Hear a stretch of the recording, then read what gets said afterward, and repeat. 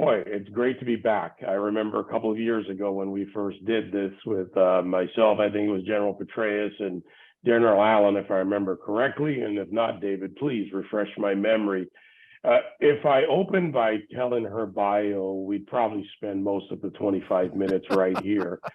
But for those of you watching, the opportunity to hear from someone of KT's experience, having served multiple presidents in the Nixon, Ford, and Reagan administrations, and most recently in the Trump administration in national security, but going so much further to understand the nexus of policies. While energy policy is important, economic policy is important, how governments operate and interact with each other and so much more domestically and globally is important. It's the nexus of these policies, the nexus of these doctrines that help us function, not just as a country and a world.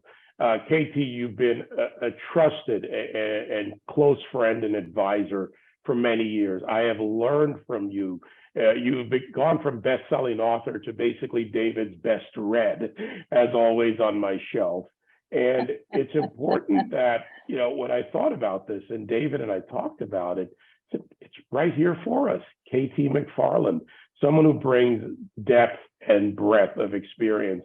As I said, if I kept talking about who you are and what you've done, you and I would be here much longer than we would be on my radio show. But, you know, we talked about energy and economic security, KT, and the nexus of those two terms and what it means to the United States, the U.S. energy, to our capabilities, our existing and long-term resources, as well as what it means to other nations around the world, and to those that would either be our friends or enemies, or sometimes our frenemies. So economic and national security, strategy, energy, all of this tied together.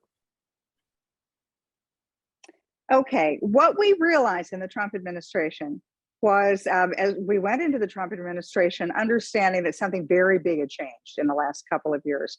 And around, right after, say, 2010, a little bit after that, the United States sort of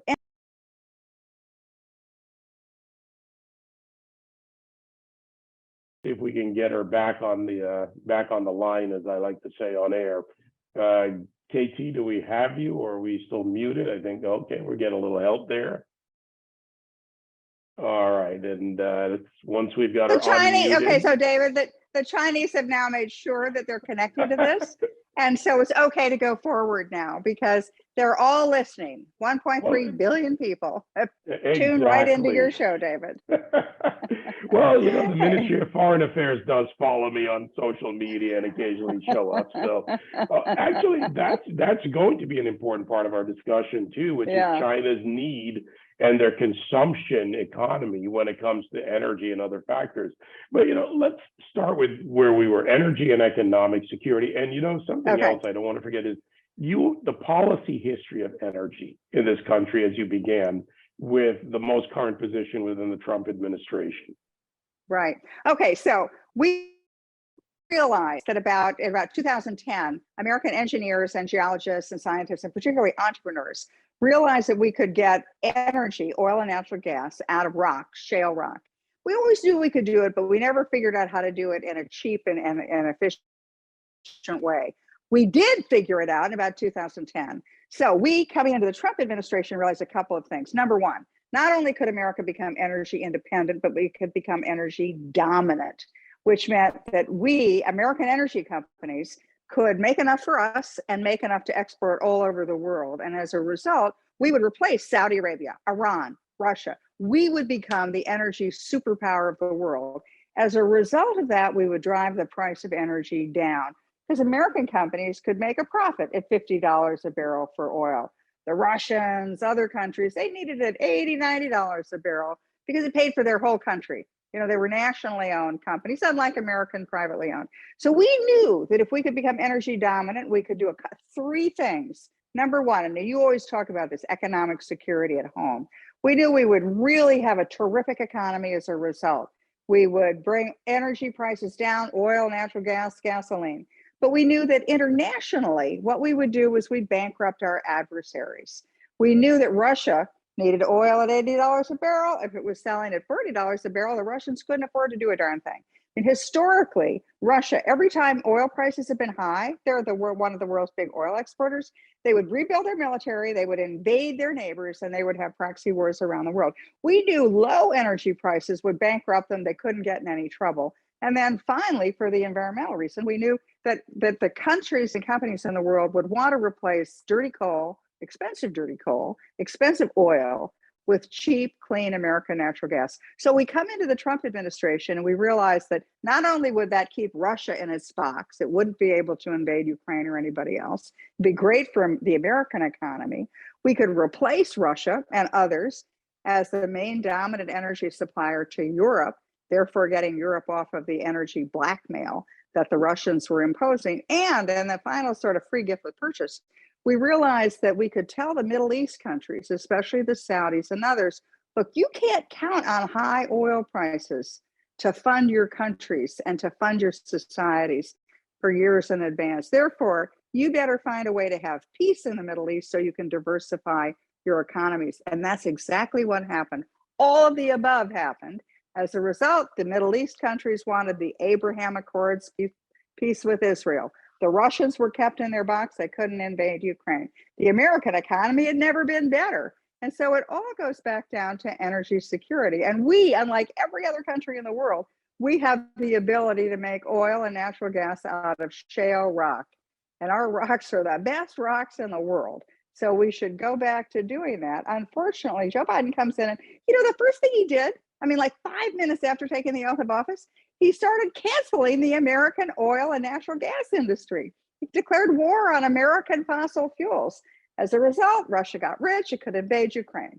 The United States economy, poof, we all know where that is. And inflation started skyrocketing. And it really has done nothing good for the environment because a lot of countries, especially in Europe, are now going back to dirty coal to heat their homes this winter.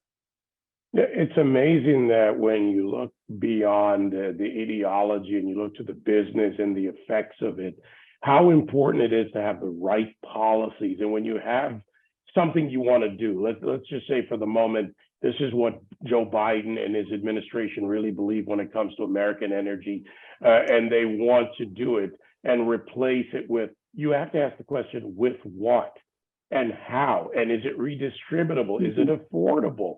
And you and I have talked, this is not just a global power, a national issue in the sense of ignoring the community and the individual. Because in the end, energy is a part of our lives.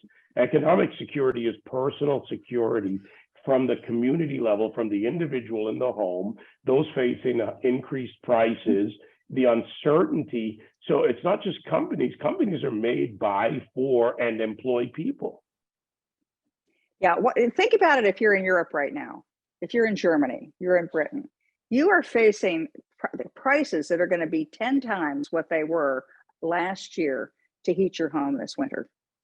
If let's say you're in the Middle East, what the knock-on effect of the war in Ukraine, for example, is that the Russians are blockading the ports so that the Russian and Ukrainian foodstuffs are not going to make it out. Ukraine supplies something like a third of the world's grain. It's not going to make it out this year. What's happening in the Middle East, which is their primary source, they're not going to have food this winter. So you're going to now have an environmental crisis, a humanitarian crisis, and really soon a refugee crisis. Yeah, and a growing instability in nations like Egypt, for example, that require on a great amount of wheat imports. By the way, here in the United States, as a result of this conflict, fertilizer, something that's required for our agricultural areas in the country, we're the breadbasket for so many other countries as well as other countries. So these effects, when it comes to policy, go even further reaching. You mentioned Europe, KT. Moldova, this story just came out. In Moldova, and we're thinking about high energy prices here, say in the Northeast, the upper Midwest, increased diesel fuel prices while we're facing a shortage of diesel that's around the corner. But in Moldova, it's not that they can't afford it, which is also an issue for some, it's that they may not have access to that energy. So energy and security go together. And if you don't even have the goods to purchase and the ability to purchase them, it doesn't work. Yeah, it's not just can you afford it, it may not be available. I mean, for example, like countries in the Middle East, if they can't get their food this winter, or if the food prices are high, okay, the UN, other countries, they'll contribute. They'll buy the stuff at a higher price so that there's not mass famine.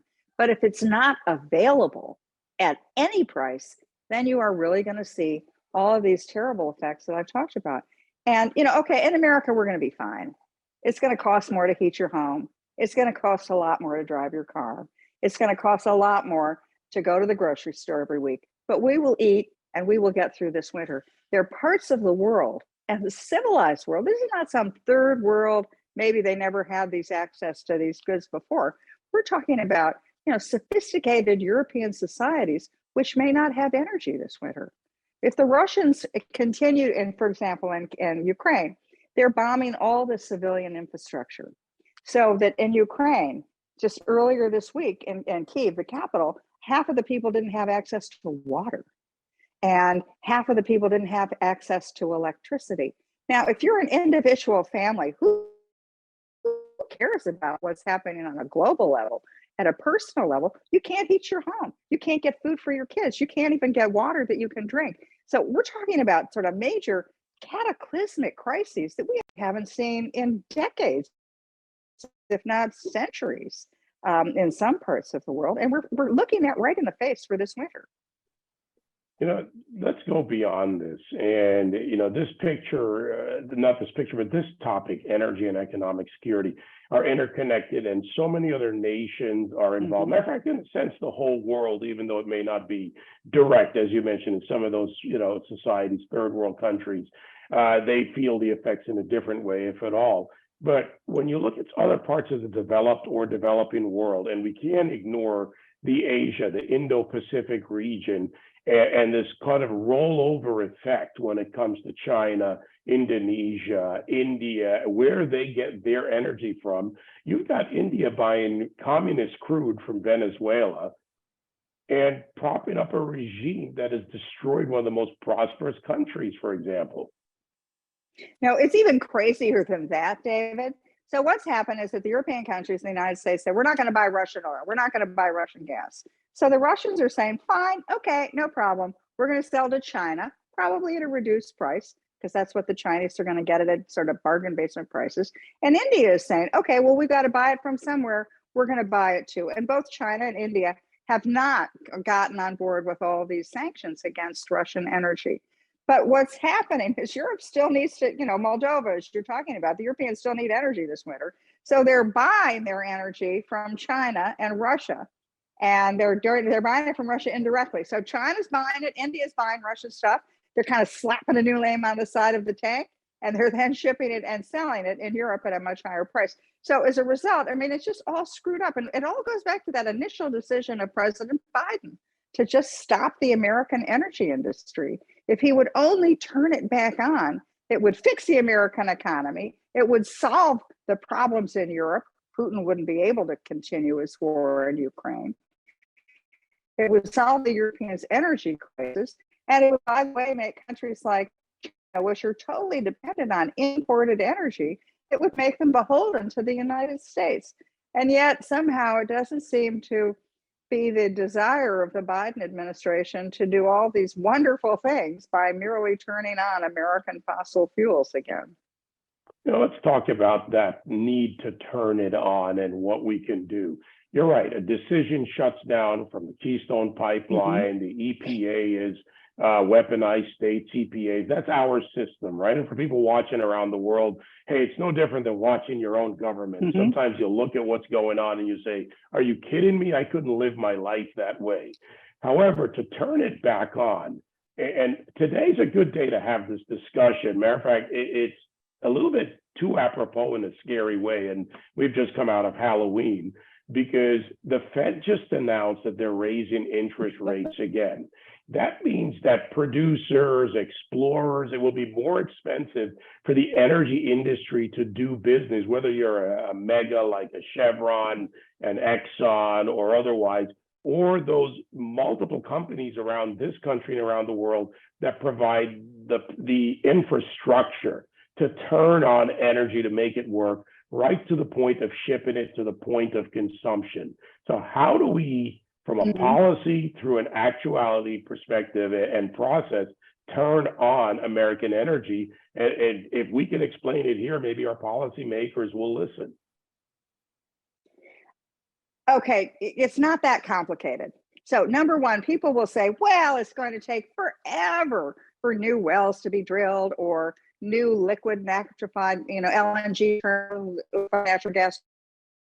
Okay, it's going to take a while, but I sat down with one of the country's billionaires who is the leading sort of oil distribution guy in the country.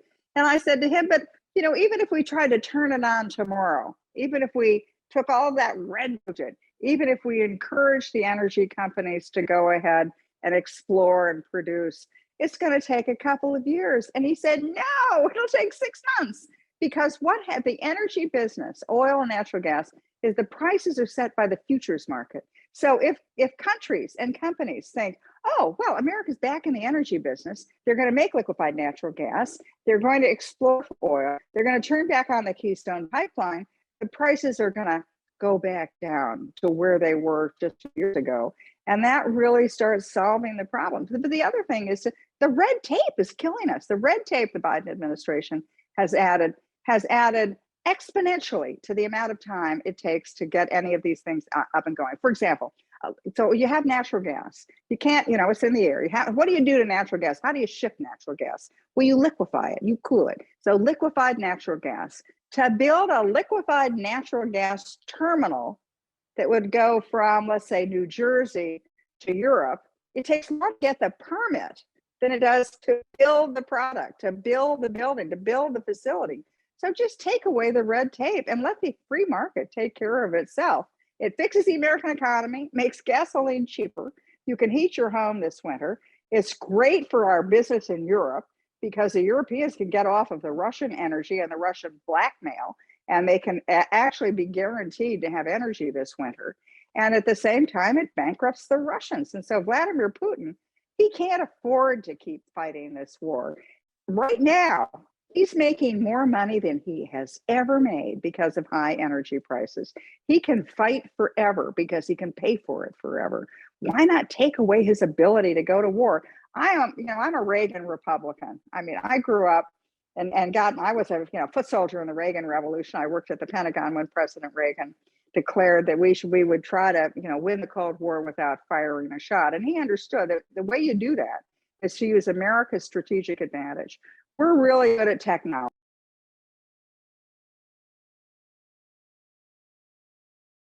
Well, it looks like we've had another dropout here, guys. Well, David, looks like we've got Katie McFarland coming back. We'll have her back in just a minute. And while she's doing that, I'm back now. There you go. All right. I'll have to call Washun Ying and tell her, please let us just get through these 25 minutes. I'm so sorry, David. Anyway, go ahead, Katie, as you were saying. Well, I just think it's a no-brainer that we should turn back American energy industry. It's good for the country, good for the economy, terrific for our national security and foreign policy, and it's great for the environment. You use the word futures, and you're right, energy, a commodity, right? Whatever form it is a future. And these companies, and I'm sure there's someone looking right now that's saying, oh, this is the fossil fuel cabal of two, and they're talking about all this dirty this and dirty that. Might I also remind them that nuclear energy is clean energy. It's very useful, and that's something else we should develop. But these companies, they look to the future. They research, they develop, they're looking at all forms of energy. The trick is to get it where it can be redistributable, it's affordable, and it can continually function in good, bad, cold, hot, light, day, no wind or wind at all.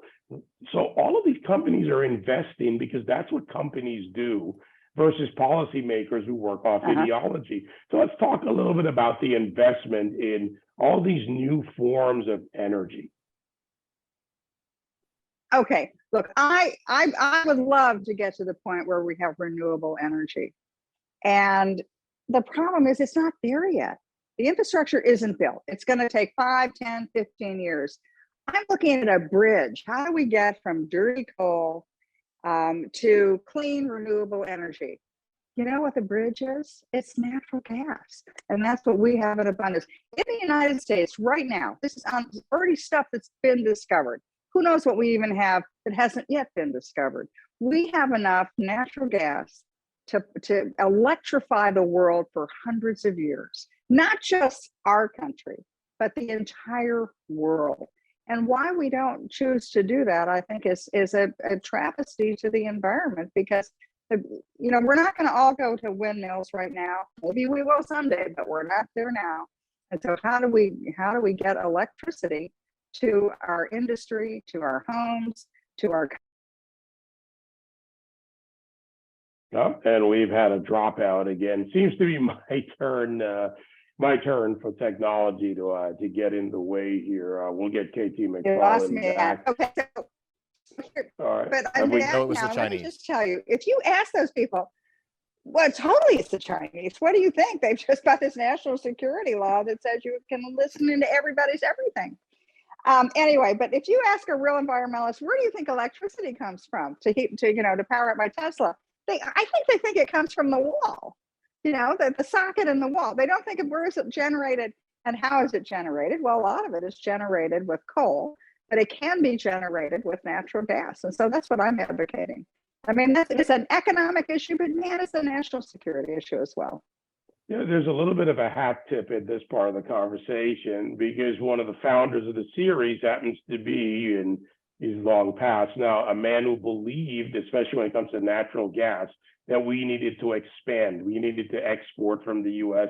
to Europe, as a matter of fact. That's T. Boone Pickens. I mean, he put a serious effort into this, KT. He talked to European governments about building reliquefaction plants, better infrastructure, because we had so much here and have so much, we can ship it over there. You look at the Norwegian fields, for example, the UK with an undersea pipeline that goes from Norway to the UK. We look at the Baltic pipeline, just opened, as a matter of fact, with stops, as I like to put it, in Denmark and Poland. You're talking about sending energy where it needs to go, and an infrastructure needs to be built. If you want to talk about global cooperation, what about global cooperation with energy from freer nations with better economic models, helping others improve their situation? David, that's the way to go. Well, KT, you're absolutely right. I really appreciate your saying, in particular, the notion of a bridge. As you said, every reasonable reasonable person wants to get to clean energy. But over the next 10 or 15 years, especially if we can neuter the Russians, it's in everyone's best interest for us to be energy independent. And I appreciate your making that point very, very profoundly and very clearly. And I want to thank David for this. I do apologize for the technical issues. Would love to have you both back.